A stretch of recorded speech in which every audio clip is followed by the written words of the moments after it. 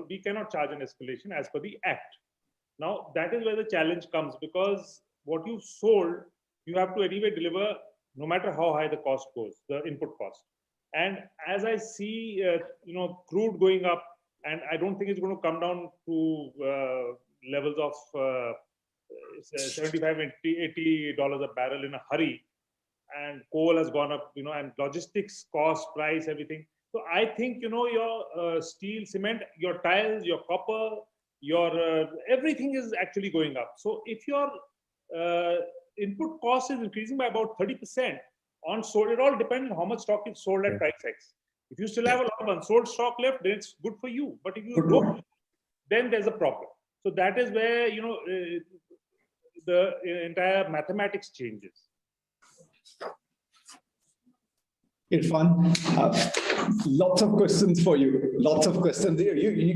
Swami has done a fantastic job. I do want to compliment, the way that you have re-energized the market, the way you have brought back the confidence and the credibility. And I like the way Getambar said is that initially the thought was that it's a stressed project if we are going to SWAMIH.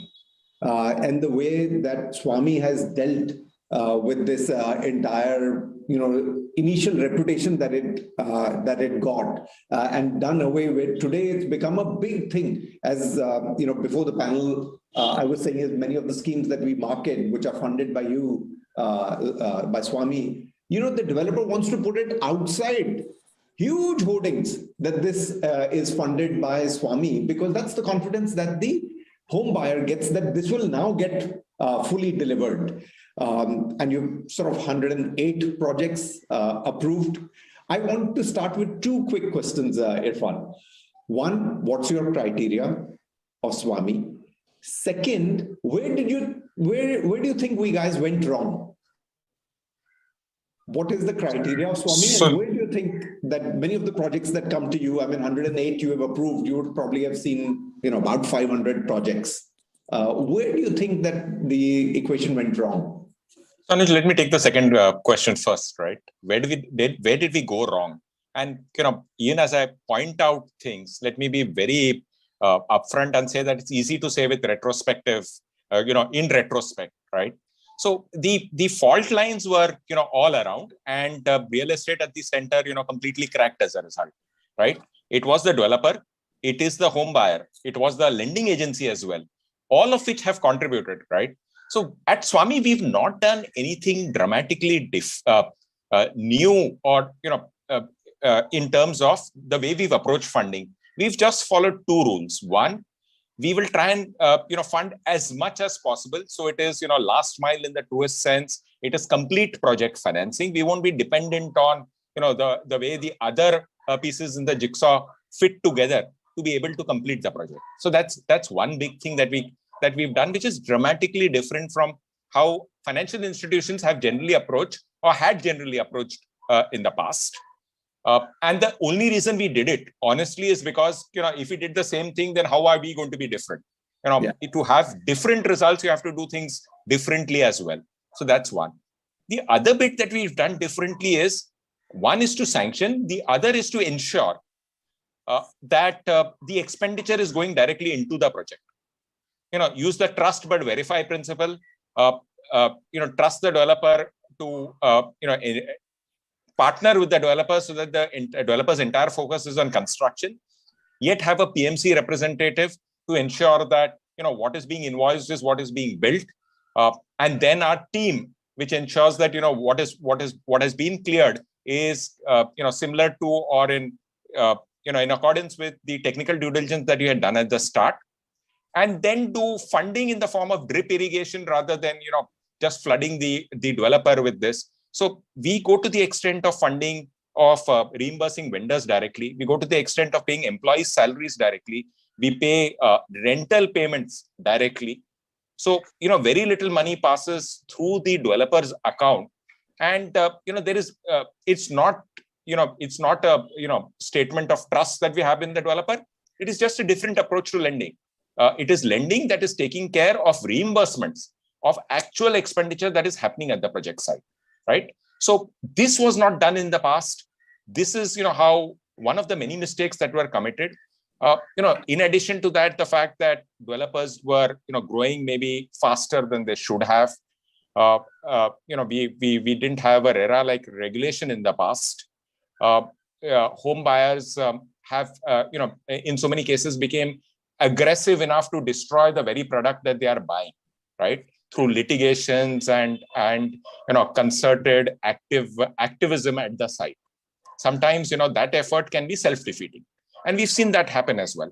So I think it was a culmination of all these factors which led to the troubles in the past. We had the benefit of hindsight, and therefore we've tried not to repeat them.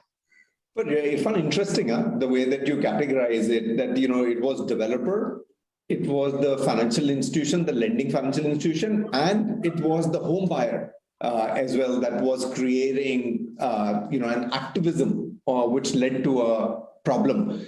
And I didn't realize that you're actually so much deep into this that the money is sent from SWAMIH directly to the vendors. I thought it would sort of go to the developers, but I didn't realize. That's a lot of hard work.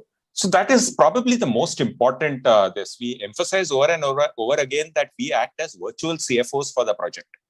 It's not a lender-borrower relationship. We have, each person in our team is handling maybe 3, maximum 4 projects. And they are hands-on on, where is the construction happening, how many laborers are there at the site, what payments have been done. So, for example, we try not to do advance payments, but we can't keep our head in the sand and go against what is a accepted business practice. So there are significant discounts to be given. There are vendors who insist on a 50% advance because it's a customized product that they are giving. We give all that, and then we go an extra step there in terms of keeping a tally of what was paid for in advance, what has arrived at the site, what needs to be paid, etc. So, to a large extent, it is both parts that contributed. It's not one. It's not just, the fact that we've given the entire funding wherever possible it's not without, it's with very little dependence on sales and collections. But that is the first step. The second step is to ensure that the money is spent judiciously. And that's what we've tried to ensure. Irfan, there was an amount of 25,000 crores. I think at the time that it was announced, I think 10-12,000 crores came in as the corpus. Have you been able to spend that full money? And is there more dry gunpowder coming your way? So the good news is we've not spent. We will not spend the money till the projects are completed. So, if 50% of the project is completed, 50% of the amount we've sanctioned for that project has been spent. Some of the projects are larger in size, spread, as well as earlier in stage when they've come to us. So those projects will continue to get completed over the next 3 to 4 years. So last mile funding doesn't necessarily mean projects which get completed in 6 months. We have projects which extend to 4 or 5 years, and we have projects which get completed in maybe 3 quarters, and so on. So when we started off with about 10,000 crores. The government is the largest investor and the sponsor of the fund. It is a very active sponsor, so it goes far beyond the sponsor role that SEBI has had for AIFs. It is, it was the idea initiator, and it's been a partner in executing this idea as we've gone along. And they've indicated time and time again that as much funds as are required will be made available. In fact, very recently we've got a soft commitment to increase the size to about 15,000 crores. So there is enough money. In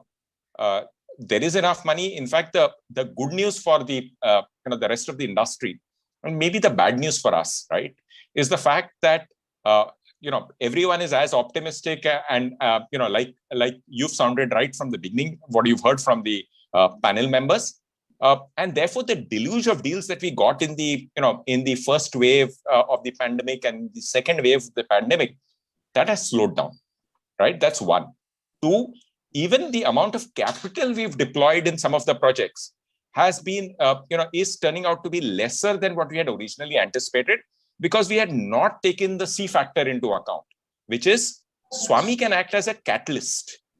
The very fact that SWAMIH is present in a project, right, adds to buyer confidence, existing buyer confidence, and converts walk-ins into customers, so that collections are better, sales are better, and therefore the amount that is needed from a financial agency is less than what was originally anticipated. It has gone to the extent of, Anuj, you mentioned about posters and banners at sites which mention very clearly that SWAMIH is the financier. The only point that my team tries to temper there is to ensure that it's very clear that there is someone else who's a developer and SWAMIH is only the financier. My last quick one, and Sachin is asking me to wind this up. Irfan, is that beyond the completion of the development with SWAMIH, helps doing it, you would have seen a lot more positive factors. I'd love to know what are those other things which are sort of intangible, invisible. One of the things that I did start when I asked Gitambar the first question was the confidence that is coming back into the market. And clearly SWAMIH is one of the catalysts that has helped that confidence come in. What are some of the other collateral benefits that you have seen once the projects have got completed? So beyond collateral, right, the direct impact we've had so far is about 9,000 homes have been delivered, of which 2,700 possession has been given. About 6,000 homes are OC ready, just waiting for they have applied for an OC and are waiting for the OC approval. Wow. We expect to deliver about 12,000 homes every year in the next 3 to 4 years. So that's the direct benefit. In terms of collateral benefit, construction sites, labor generation, our sites have the highest labor density, amongst most sites in that micro locality. So that's one big collateral benefit. The other is, developers with significant repute, developers who are going through stress in a particular project, right, and who could not start or develop other land banks and other projects because of the negativity that has come from a single project, right? They can now approach SWAMIH, they can get that situation resolved, and that will give them significant, once that is resolved, it sets the engine rolling, the momentum begins, and they can launch other projects. I think another big benefit that has come from SWAMIH is the fact that institutional funding was not, easily available to projects in tier 2 cities. SWAMIH is now present in about 42 cities across the country. These include 7 metro cities. So large projects, good projects, stressed projects in some of these locations, who are, nobody's children in a manner of speaking, have now been funded by SWAMIH. And Anuj, if I can just take a minute and tell you, you mentioned our score, right? 108, and we hope it's a big 100 and a 200 at some point in time. But let me just put a context to the 108 projects, which will complete about 63,000 homes that we finalized so far, right? That is more than what the rest of the industry has done in the last 2 years since we came into existence. Now, this is obviously caveated by the fact that, data is not completely public. We've tried to, estimate the data from 3 different IPCs, including your firm. And we've seen that, we've done as many deals as the rest of the PE industry has in the last 2 years. So that's been the extent of our, the effort that we've been able to successfully put in. And that's not a surprise. We are a distress fund. Distress was at its peak or at its bottom in this time. And therefore we did, what we did. Fantastic, Irfan. Well done. Great job. Thank you. Great job. And, India's first sovereign fund focused on real estate. So great to be able to see this kind of a success come through. Thank you very much. We've had a fantastic session. Lots of positivity. The industry does appear that it's moving towards maturity. It does look like the consolidation phase is almost coming to an end, and we're going to see a lot more positivity going forward. Hopefully the mistakes of the past, we're not going to make, those mistakes, maybe newer mistakes we will make, but at least those mistakes that we made in the past are not going to be there. Some, challenges that could come in, which is more on the cost and interest, but it does appear that the buyer is willing to absorb some of those incremental costs, and hence, that challenge can be negated. There could be more external challenges with what's going on between Russia and Ukraine. Pradeep, you mentioned about it, and that could flow into other things. But I like the way Mohit said is that the industry has now become quite immune to these challenges, and we are adept at taking on these challenges and maneuvering with the flexibility that we've been able to demonstrate during this COVID times. So thank you very much, Nirja. I'll hand it back to you for the final conclusion. Thank you.